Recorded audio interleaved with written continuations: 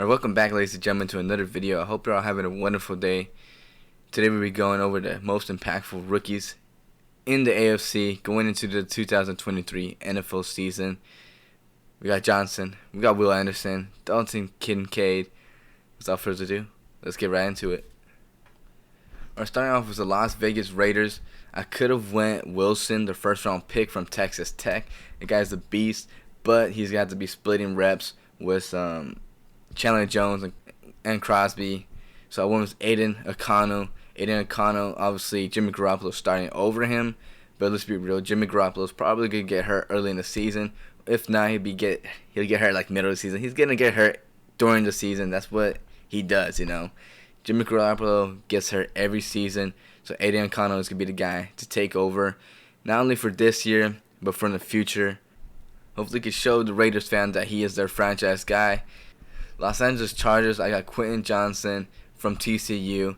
Had a phenomenal postseason for TCU. He basically won them that Michigan game. And then he had a phenomenal preseason for the Chargers. He's looking great so far.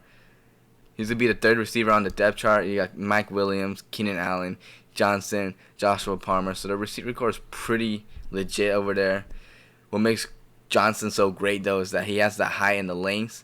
But he also has that speed where he's able to move like a slot receiver, and that's why they could play him in the slot, they could play him outside. So that's why I got Quentin Johnson for the Los Angeles Chargers.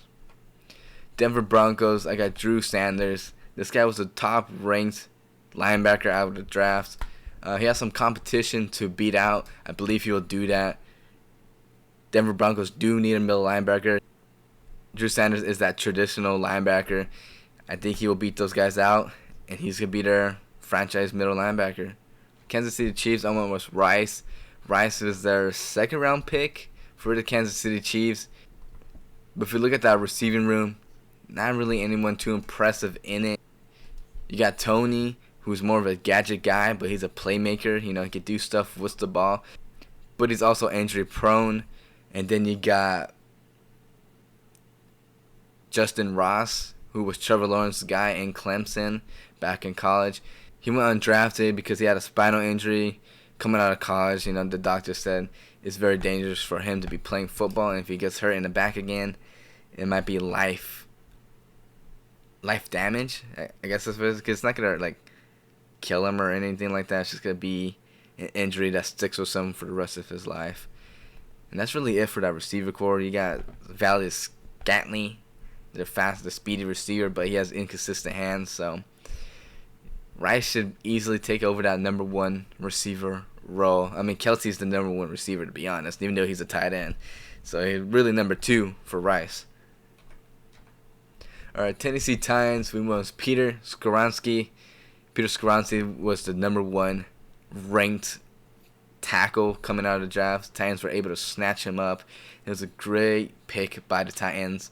They needed offensive help. Skoronski does that. He's their franchise guy. So Skoronski for the Tennessee Titans. Jacksonville Jaguars, I went with their third-round pick, Tank Bigsby. He has power and speed. The only problem with him is his ball-carrying skills. Watch his college tape. He looked great. He looks great. He looks like he could do it all. He could receive, he could run, and he could use his power. But the ball-carrying thing is going to be an issue in the NFL because, you know, college, they don't really try to strip it. In the NFL, if you're carrying it, you know, a little loose, they're going to try to snatch it. So that's the only concern for Tank Bigsby.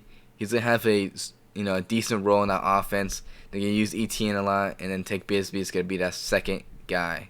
Indianapolis Colts, I got Anthony Richardson. He had a solid preseason outing. He looked great at times, and then he looked bad at times. Obviously, he could run the football. He has a really good arm as well. And what really, jumps out to me is his pocket awareness. People don't really talk about that much. But Anthony Richardson's pocket awareness is pretty great. But, like I said, he makes weird choices, where he throws the football. For example, the Bills game, the first preseason game, he just throws it literally to a Bills player. And then in the Eagles game, he throws it again to an Eagles player. Like, he would have these great plays, and then those interceptions would just erase those. So, I mean, that's what you get with a rookie quarterback, is those inconsistent. So, hopefully, throughout the season, he develops, I don't want to say a higher IQ, but gets more aware of where the ball needs to go to. Because he looks good at times, but then he makes those rookie mistakes or just bad decisions. And then for the Houston Texans, we got Will Anderson. I mean, Will Anderson was the 3rd overall pick. Will Anderson's just a beast. His nickname is the Terminator. So the only way you get the Terminator as your nickname is if you're a beast. Will Anderson's a beast. He's gonna stack up them sack numbers. I think that Texans defense is gonna be pretty solid. Got a lot of young guys on that defense. You got Mike Hughes as well. He's a veteran, so I think he'll be a great mentor for Will Anderson. Will Anderson's just gonna be great in the NFL.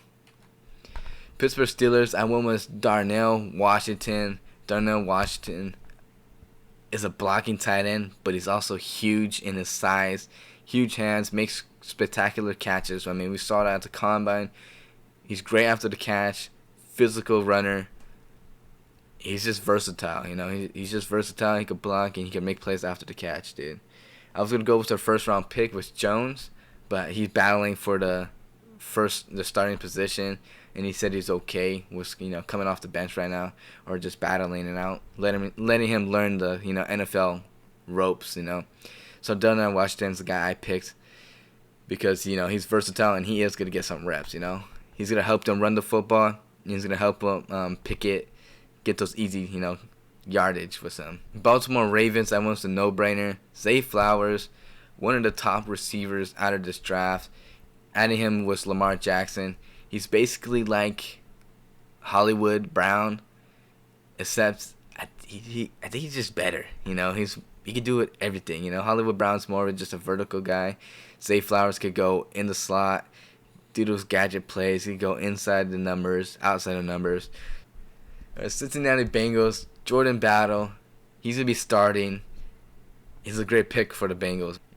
Jordan Battle is versatile as hell. He can play in the slot. He's great in man coverage. Battle is the Cincinnati guy I selected.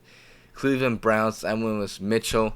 Probably haven't heard of him. He's from Northwestern. He was a late-round pick for the Browns. And I picked him because Ward is out with concussion. He's in concussion protocol. I don't know how long he's going to be out. So Mitchell's going to be the guy that's going to be taking that role. You're probably saying Emerson will take over that spot, but I feel like Emerson's more of a slot guy. And Mitchell, they try to work him in a slot. He's not that great, and he's more of an outside corner. So I think it'll be Mitchell and Newsome and then Emerson in the slot. That's what I would do because Ward is going to be out with that concussion. So New York Jets, I want Joe Tippmann. They selected him as a 2nd-round pick. Upgraded that offensive line. They need to protect Aaron Rodgers. They did a little bit of that. They have solid guys around him. You have the USC guy. I forgot his name. And then you have the veteran Tomlinson as well. And now you add Tippmann. So the offensive line interiorly should be pretty solid. Miami Dolphins, I was Cam Smith. Went with Cam Smith because Jalen Ramsey is out for 8 weeks. Cam Smith is just going to take over that role. So I got Cam Smith. It's that easy. Cam Smith's going to be playing a decent amount. Buffalo Bills, Dalton Kincaid is a no-brainer. Kincaid, in my opinion, is probably the best tight end out of the draft class. The only person that could probably beat him is Michael Mayer. But Michael Mayer is on the Raiders. So, yeah, he's not... Probably won't be making any noise as a Raider. But Dalton Kincaid... And obviously Knox is a starter, but Dalton Kincaid is going to be moved in the slot. I think he might be playing double tight end more often to help him run the football and, run play actions. So Dalton Kincaid is going to be a beast for the Bills.